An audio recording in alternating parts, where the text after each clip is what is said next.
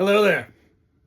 Nicholas the Bard Andrea here from Enkindle Academy. And today we're going to talk about a few ideas when you're teaching North American geography, which is often done around the 5th grade in your Waldorf school or Waldorf-inspired homeschool.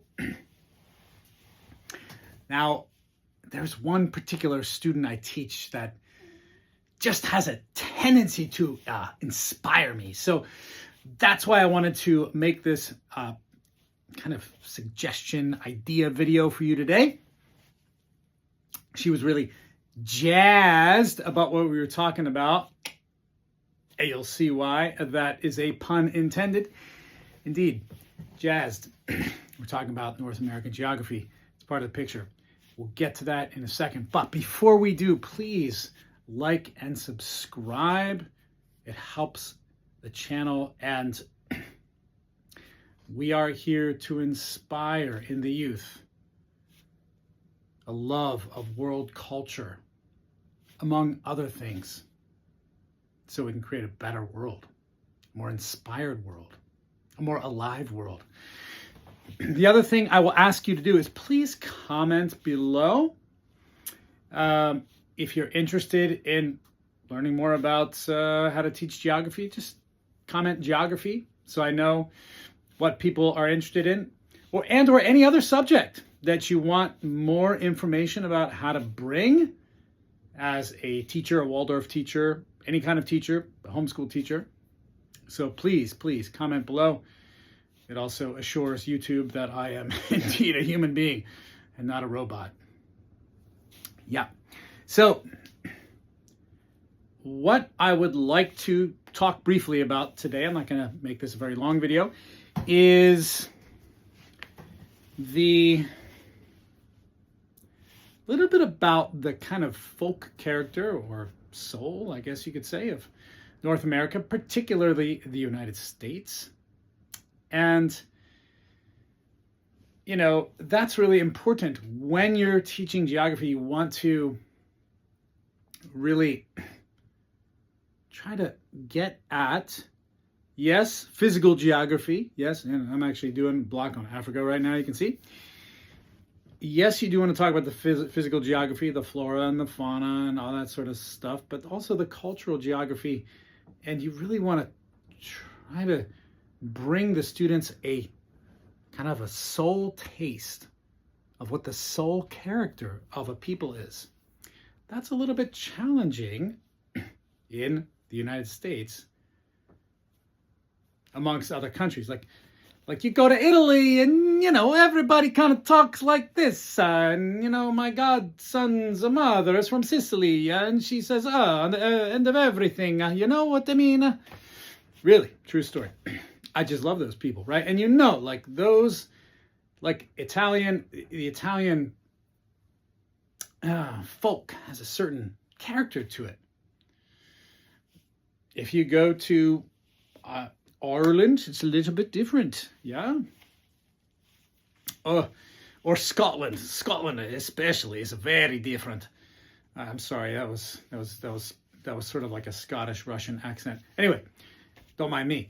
You know, I couldn't tell when people were being serious and when they're telling a tall tale there in Scotland is the thing. So, yeah, I kind of like that, right? Because everything's just a little bit more infused with humor. So every people has its own character. What is the character of America? Well, it's a bit irregular, I would have to say. You know, before Europeans arrived, this land was peopled with a diversity of native peoples.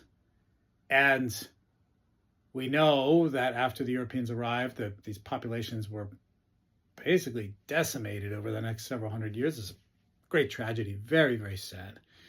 And that happened through disease, which was unintentional, and warfare, which was a little more intentional. And, you know, practically, or, you know, almost the entire population of these lands, particularly the United States and Canada, not entirely, but for the most part, was replaced by peoples primarily of European descent. But then you have had all kinds of other people come, right? Like immigrants from everywhere, all over Europe, Africa, right? Many of them forced, but later on, many of them not forced. Okay. Asia, right? Really all over. So then, what does it mean to be American? What is it that draws America together? So I asked this of my student today, and she said, freedom and courage. And I thought, that's really interesting. I never quite thought about it that way. See what I mean? The young ones, they inspire me. They give me good ideas. So, freedom. Okay. And what I wanted to say was that I would have to say if there's one thing that draws a lot of Americans together, it is this freedom impulse, but especially innovation. The airplane was invented here. The automobile was invented here. Potato chips were invented here, people. And probably French fried Oreos too. Not that I eat those, I don't, right? But the computer was invented here. The light bulb. The internet, GPS, and many more things besides. And so I want to talk about music for a little bit, and particularly the contributions made by people of African or African American descent and those made by Scotch-Irish people. So let's go look at a few images and talk for a few more minutes, and then I'll wrap it up. All right, so as I said, I want to keep this fairly brief, but just leave you some nuggets of ideas. So let's talk first about the banjo. The banjo is a, classic bluegrass Southern instrument. And it was actually developed by African slaves.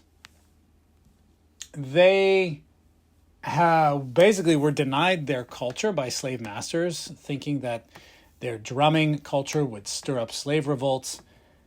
And so in their unfreedom, they innovated and created the banjo.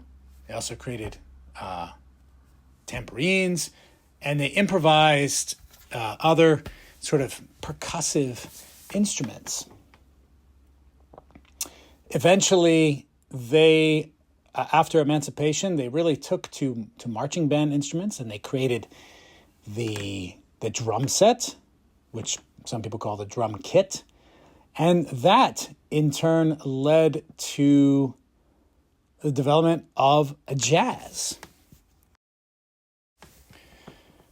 So they really also liked horns. Okay. This is an image of Duke Ellington and his orchestra, or some of the members of his orchestra, on their way somewhere. And then here we have an image of Sonny Clay arriving in Sydney, Australia in 1928. So this in turn led to the Harlem Renaissance, and that was just an explosion of culture. Art, theater, music, sculpture, led by African Americans. And so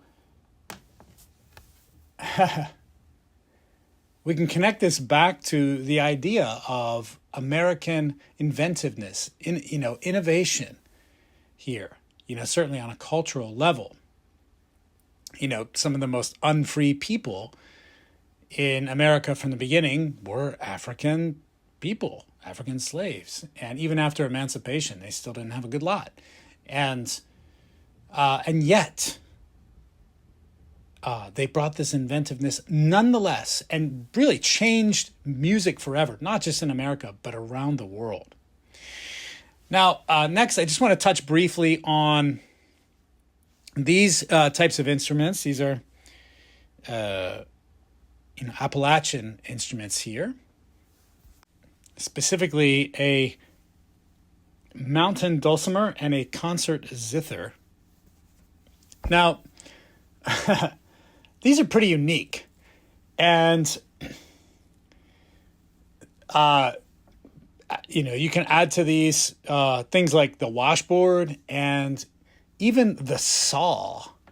That's right, a wood saw played with a violin bow. And you will likewise get an idea of the inventiveness of a lot of these folks, many of them of Scotch-Irish descent in the South, who, were likewise kind of victims in a way of British imperialism, not to the same degree as Africans, but in their own ways, especially back in their native lands of Scotland and Ireland, lived under the thumbs of the British, got kicked off their land, ended up coming to the New World, right? And many of them were of basically poor mountain folk, and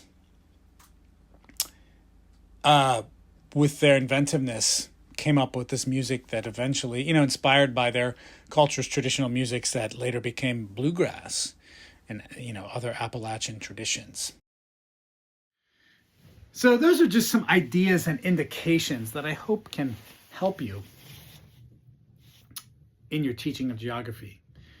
Again, I'd like to know more about what you're interested in. Maybe have some discussion around these things. I'm happy to offer some guidance from my experience. So please do comment, and please like and subscribe to help us in this mission of inspiring the young people. It's important. All right. We'll see you later. Take care. Bye-bye.